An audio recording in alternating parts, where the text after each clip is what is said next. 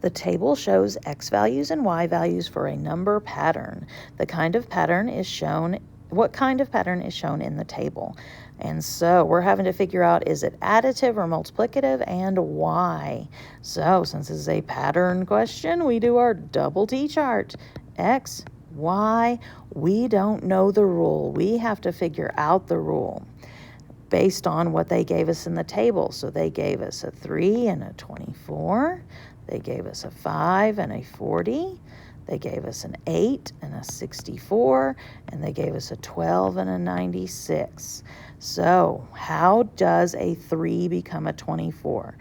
We're either adding or multiplying because it's getting bigger. It could be plus 20. It could be plus 21. 3 plus 21 is 24. Or it could be times 8 because 3 times 8 equals 24. Now, which one of those keeps working? So, does 5 plus 21 equal 41? 21 plus 5. No, that's 26. That's not 40. But what about that times 8? Does 5 times 8 equal 40?